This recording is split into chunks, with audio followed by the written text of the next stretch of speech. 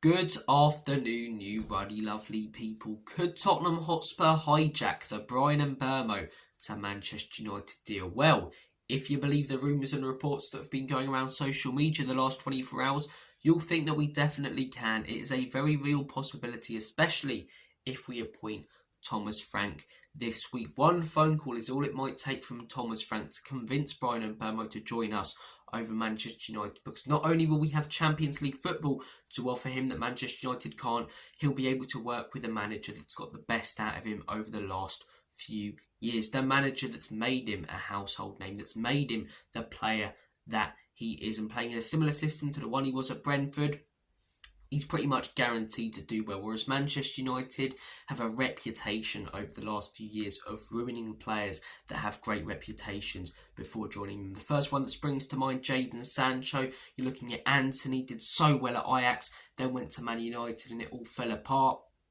I'm looking at Xerxes, had a good reputation, moves like a truck up top for Manchester United. There are so many players. De Ligt, a complete shadow of his former self. Don't get me wrong, he's still a decent defender, but not the defender I remember watching at Ajax in 2019. Not the defender I even remember watching at Bayern Munich a few years ago. So one phone call from Thomas Frank to talk to Mbeumo about getting the best out of him, how he's going to fit into his ideas, I think could convince him to join Spurs. The thing is, if we're going to get Mbeumo, if we're going to hijack this deal, we need to appoint Thomas Frank very quickly, because Manchester United are in advanced talks. From what I'm hearing from Fabrizio Romano on social media, Damasio and all the reliable journalists, it's not just Man United interested anymore. They're bidding. They're getting closer and closer by the day to getting Mbeumo. So we don't want to get Thomas Frank on, let's say, Thursday, Friday, and then news comes out that Manchester United have signed Mbeumo and he's holding up the shirt. If we want to go for this, guys, if he's going to be one of Thomas Frank's main targets, we've got to appoint Thomas Frank over the next few days and go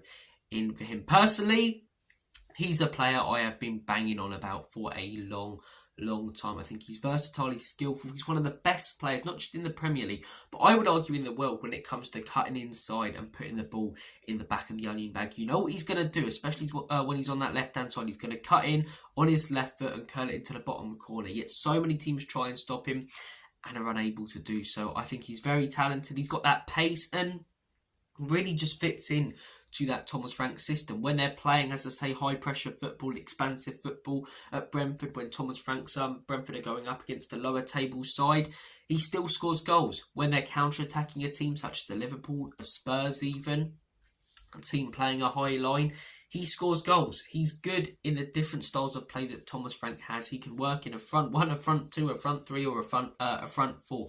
No matter what formation or tactics Thomas Frank goes with in games, Mbeumo always seems to come up on the score sheet every now and then, no matter who the opposition are or what the tactics are. So I think if we can get Thomas Frank in, if Manchester United don't get it done over the next few days, if we call up Thomas Frank, if Thomas Frank calls up Mbeumo, if we put in a bid, there's definitely some thinking to be done. It's not going to be as simple as I'm going to join Man United. Years ago it would have been. And don't get me wrong, Man United still have that pull. Hence why Mbeumo right now wants to join them. You know, they still have that pull. I'm looking at Cunha going there and wanting to leave Wolves, right? They haven't got any Champions League football, had a horrific season, lost the Europa League final, fans are all over the place, but people still want to go to Man United because they're Man United, because of Fergie, because of the history, because of everything that Man United stand for and represent as a football club. And that pull, even though it's still there a little bit, it's nowhere near as much there as it used to be. And right now, players,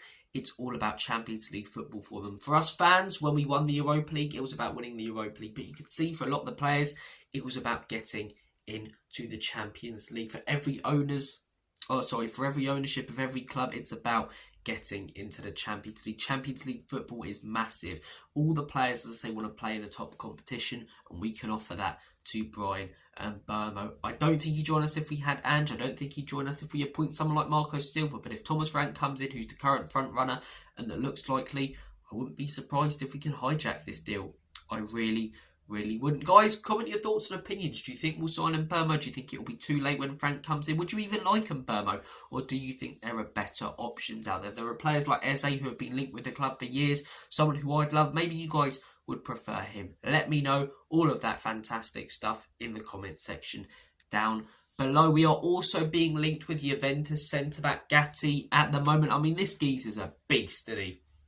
Look, he's got a great passing accuracy, but I wouldn't pay too much attention to that like I've seen a lot of other people doing so, because a lot of those passes are sideways. But if he's coming in under Thomas Frank, playing in a back three, you don't necessarily need him to be the one to play the innovative pass forward or spot the needle in the haystack and play that pass into that little bit of space in midfield. You've got someone like a Van de Ven to do that. And if we get rid of Romero, we'll look at a player who can do that. But I'd be open to signing Gatti. Right now, I think when you look at our books, centre-back wise, we're okay. But I do think Romero will leave. And if he does, someone like a Gatti, especially in a slightly more pragmatic system, tactical system, a defensive system under Thomas Frank, I think he could suit him. Someone like a Luka Vuskovic, I think would be fantastic under Thomas Frank because he's a big centre-back. The questions were, how would he do in a high line, you know? A lot of these players under a Thomas Frank would do fantastic, you know. I think, look at players like Nikola Milenkovic, who were at Nottingham Forest. Would he leave? You don't know. But then again, test your arm, you know. Go in for these players. And a majority of them might not join, but at least throw your name in the hat. Because if you don't throw your name in the hat, you're definitely not going to stand a chance. If you just think, oh, we're not going to be able to sign this player because why would they want to join us? You'll never know if there was a chance they would want to join us because of the Champions League, although the 17th place finish, you know. Throw your name in the hat. Make yourselves an option for these players. Go in for someone like a Milenkovic. Let him know that we'd like him to join us, because players like that now we can start looking at, whereas under Ange Postecoglou, a player like Milenkovic, as good as he is, just would not have fit this system, whereas Thomas Frank is someone who gets the best out of his players. He plays with the cards that he's dealt and he plays to his players' strengths. So look, Gatti, what are your thoughts and opinions? He's a big beast. You see him shoving players off the ball a lot at Juventus, passes it sideways a lot, but you don't really need him to play that innovative pass forward. He's not the most creative centre-back, not your modern centre-back, but I think in a system where you've got a Mickey Van de Ven in there, a Danzo, a Romero if he stays, we probably won't need another one of those players. So look, Gatti, what are your thoughts and opinions? And a final piece of news, Ben Davies has renewed his contract for another year.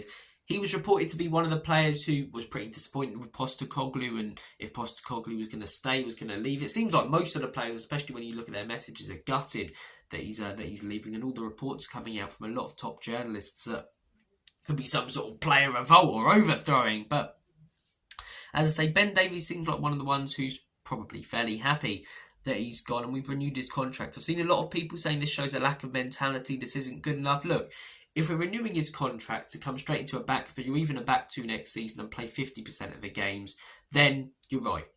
It's a lack of ambition. To play 25% of the games even, it's a lack of ambition. But to have as an option to play 15 to 20% of games, to occasionally bring in a cup game, I'm not mad at it. What I think Ben Davies is consistent. He's not consistently bad, he's not consistently brilliant, but he's consistently solid. And I think it's always good to have a player like that in the dressing room. Someone with experience, someone now with a winning mentality who's seen us lift a trophy. And if Heung-min Son goes, which I don't think he will because of the amount of money he brings to the club and the connection he's got, but there are rumours, then you're going to have a real lack of experience in the team and a lack of Spurs players who have been there for 5, 6, 7, 8 years, whereas Ben Davies has been here since the beginning of the Poch days. So I'm not mad at this renewal of his contract. Am I doing cartwheels around my room? No, but I don't get people saying this is disgusting, because I think Ben Davies is always pretty consistently solid, and I think he's good to have as a squad option. Anything more than that, it's not good enough, but I don't think it will be anything more than that. It hasn't the last few years under Conte,